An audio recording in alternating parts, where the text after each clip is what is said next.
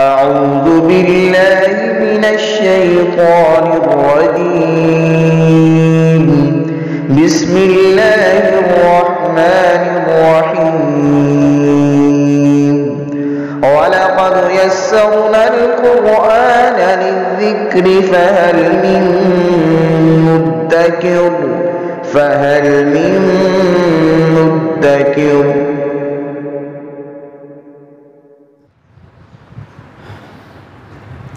بسم اللہ الرحمن الرحیم. سورہ بقرہ کی 200 نمبر آیہ مبارکہ سے پڑھ رہے ہیں. اعوذ باللہ من الشیطان الرجیم. بسم اللہ الرحمن الرحیم. فَإِذَا قَضَيْتُم مَّنَاسِكَكُمْ فَاذْكُرُوا اللَّهَ كَذِكْرِكُمْ آبَاءَكُمْ أَوْ أَشَدَّ ذِكْرًا فَمِنَ النَّاسِ مَن يَقُولُ رَبَّنَا آتِنَا فِي الدُّنْيَا وَمَا لَهُ فِي الْآخِرَةِ مِنْ خَلَاقٍ. حج کے حوالے سے ارشادات عالیہ ہم پڑھ رہے ہیں. حج کے مسائل، عمرہ کے کچھ مسائل کا ذکر ہوا، اور حج میں کون کون سی چیزیں اہل ایمان کو اپنانی چاہیے اور کون کون سی چیزیں نہیں اپنانی چاہیے، ان کا ذکر ہوا. یہاں ایک اور قباحت کو بیان کر کے سمجھایا گیا ہے.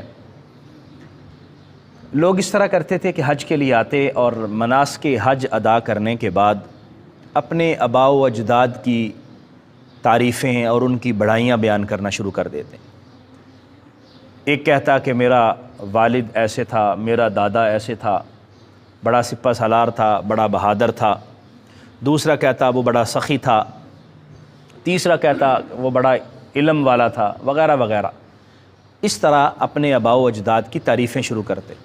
اللہ تبارک و تعالیٰ نے ارشاد فرمایا کہ جب مناسک حج ادا کرو تو پھر اللہ کا ذکر کرو، اور مناسک حج کی ادائیگی کے بعد جس طرح تم اپنے آباء و اجداد کا ذکر کرتے ہو اللہ کا ذکر کیا کرو، بلکہ اس سے بھی زیادہ اللہ کا ذکر کرو جتنا تم اپنے آباء و اجداد کا کرتے ہو. فَإِذَا قَضَيْتُم مَّنَاسِكَكُمْ، جب تم اپنے مناسک یعنی مناسک حج تم ادا کر چکو، فَاذْكُرُوا اللَّهَ، تو اللہ کا ذکر کرو، كَذِكْرِكُمْ آبَاءَكُمْ، جس طرح کہ تم اپنے آباء کا ذکر کرتے ہو، او اشد ذکرا، یا اس سے بھی زیادہ، یعنی جتنا تم اپنے آباء کا ذکر کرتے ہو اس سے زیادہ اللہ کا ذکر کرو. اللہ جل مجدہ الکریم کی یاد میں اپنے وقت کو صرف کرنے کی کوشش کرو. دیکھیں حج کی ادائیگی بھی اللہ کے ذکر کے لیے ہے. فرمایا کہ اللہ کا ذکر ایسا نہیں ہے کہ نماز ہے تو اللہ کا ذکر ہے اور اس کے بعد پھر اللہ کا ذکر نہ کریں. حج ہے تو حج میں اللہ کا ذکر ہے، مناسک حج ادا کریں تو بس اللہ کا ذکر ختم نہیں. اللہ کا ذکر وہ خوبصورت ذکر ہے جو ہر لمحہ جاری رہنا چاہیے. نبی رحمت صلی اللہ علیہ وسلم کے متعلق روایت ہے کہ نبی کریم صلی اللہ علیہ وسلم اللہ کا ہر لمحہ ذکر فرمایا کرتے تھے. تو جتنا اللہ کا ذکر کیا جائے اتنی زیادہ فضیلت ہے اور اتنی زیادہ برکت ہے.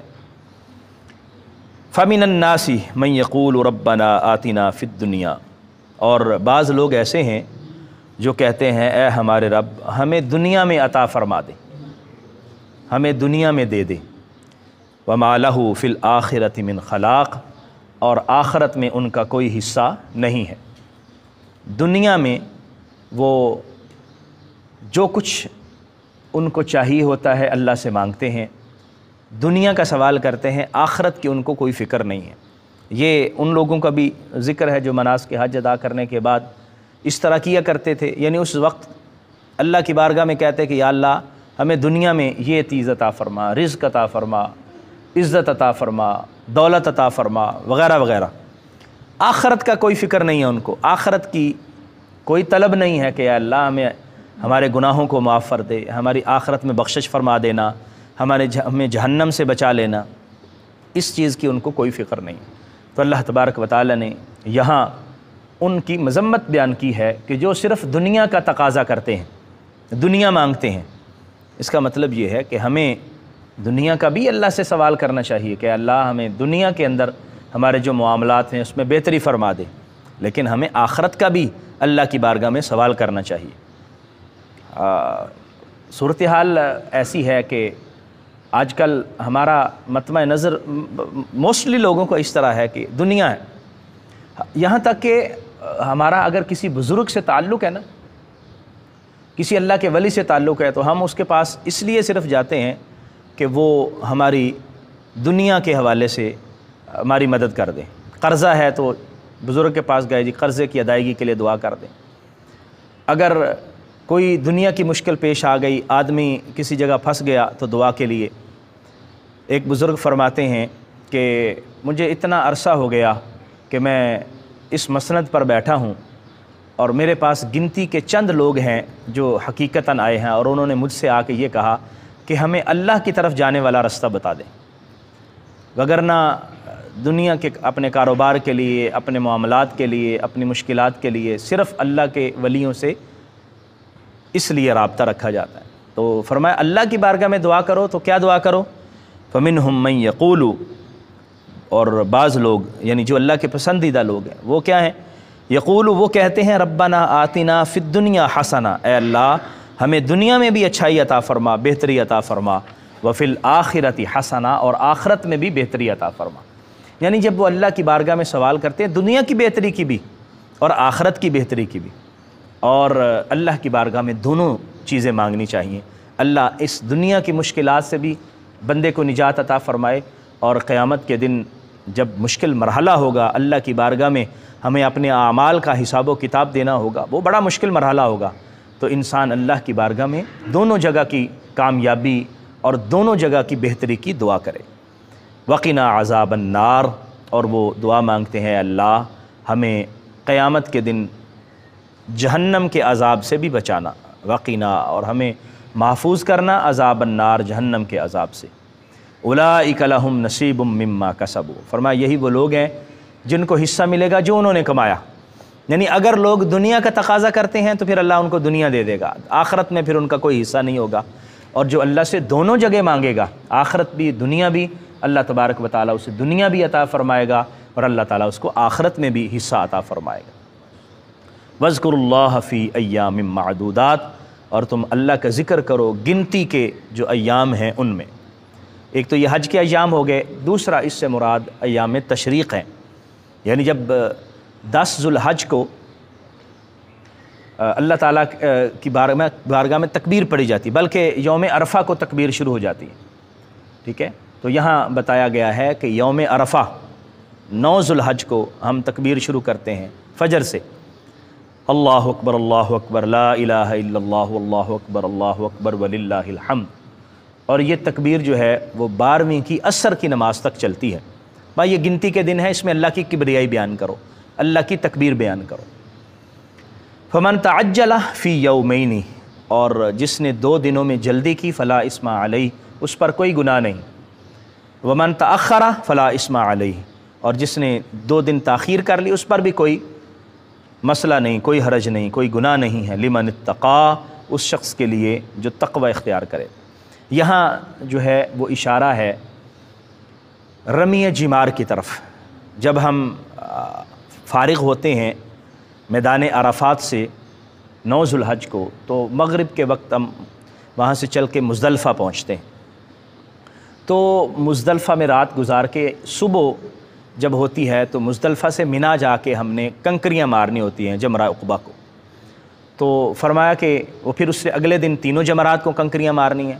میں 2 دن جلدی کر لے، یعنی پہلے 2 دن کنکریاں مار کے روانہ ہو جائے مکہ کو تو بھی ٹھیک ہے، اور جو وہاں رہے اور مزید آگے کنکریاں مارے، یعنی تیسرے دن بھی کنکری مار لے، اور اگر وہاں ٹھہر گیا رات وہاں ہو گئی تو پھر آگے جو 4تھا دن ہوگا پھر اس میں بھی کنکریاں مارے۔ تو فرمایا کہ پہلے اگر کنکریاں مار کے فارغ ہو جاتا تب بھی ٹھیک ہے، اور اگر مینا میں ٹھہر جاتا ہے اور مزید کنکریاں مار کے پھر مکہ روانہ ہوتا ہے تو تب بھی اس کے لیے کوئی مسئلہ نہیں، تب بھی ٹھیک ہے۔ واتقوا اللہ، اللہ کا تقوی اختیار کرو، وعلموا، اور جان لو، انکم الیہ تحشرون، کہ تمہیں اللہ ہی کی بارگاہ میں جمع کیا جائے گا۔ یعنی یہ سارے مناسک حج کی ادائیگی، اللہ کا ذکر، اللہ کی بارگاہ میں دعائیں، جو کچھ بھی کیا ہے یہ سب اللہ کے حکم سے کیا ہے، اور اس نیت کے ساتھ اور اس تصور کے ساتھ کہ ہم نے اللہ کی بارگاہ میں حاضر ہونا ہے، اور اگر ہم نے تقوی اختیار کرنا ہے تو اس کا مقصد بھی اللہ کی رضا ہے۔ تقوی کا مطلب ہی یہ ہے کہ اللہ کو راضی کرنے کے لیے اس کے حکم پر عمل کیا جائے اور اس کی منہیات سے رکا جائے، جس سے اللہ نے منع کیا رک جائے، یہ تقوی ہے۔ اور اس کا بنیادی مقصد یہ ہے کہ کل اللہ کی بارگاہ میں جب ہم نے پیش ہونا ہے تو ہمارے نامہ اعمال میں اللہ کی اطاعت اور فرما برداری ایسی ہو کہ اللہ تعالی ہم سب کی بخشش فرما دے اور مغفرت فرما دے، کیونکہ انجام ہمارا اسی بارگاہ میں ہے، وہیں حاضر ہونا ہے۔ تو آج کے درس سے ہمیں یہ علم ہوا کہ اللہ تبارک و تعالیٰ کا ذکر انسان کے لیے ہمیشہ فائدہ بخش ہے۔ وہ مناسک حج ادا کرنے کے دوران ہو پھر بھی اللہ کا ذکر، مناسک حج ادا کر لیں پھر بھی اللہ کا ذکر، اپنے آباء و اجداد پر فخر کرنا یا اپنے آباء و اجداد کی کسی خصوصیت کو بیان کر کے اترانا، یہ کوئی محمود کام نہیں ہے۔ محمود کیا ہے کہ انسان اپنے اعمال پر غور و فکر کرے کہ میں نے کیا کیا، وہ تو ہمارے آباء تھے، وہ تو چلے گئے، اب ہم کیا کر رہے ہیں۔ اور جس طرح کفار یہ سوال کرتے تھے یا عرب کے لوگ سوال کرتے تھے کہ ہمیں دنیا مل جائے، اور فقط دنیا کا سوال کرتے تھے، اس کو پسندیدہ نہیں سمجھا گیا۔ اللہ کی بارگاہ میں دنیا کی بہتری بھی مانگے، اللہ کی بارگاہ میں آخرت کی بہتری بھی مانگے، اور اللہ تبارک و تعالی آخرت میں انہی لوگوں کو حصہ عطا فرمائے گا جو اس کے حوالے سے تیاری کریں گے۔ اور اللہ جل مجدہ الکریم کا ذکر یہی انسان کو تمام معاملات سے بہتری عطا کرتا ہے، اور اللہ کریم کا ذکر انسان کو ہر جگہ پریشانی سے محفوظ رکھتا ہے اور بچاتا ہے۔ اللہ کریم ہمیں سمجھنے کی اور عمل کی توفیق عطا فرمائے۔ آمین۔ و آخر دعوایا ان الحمد للہ رب العالمین۔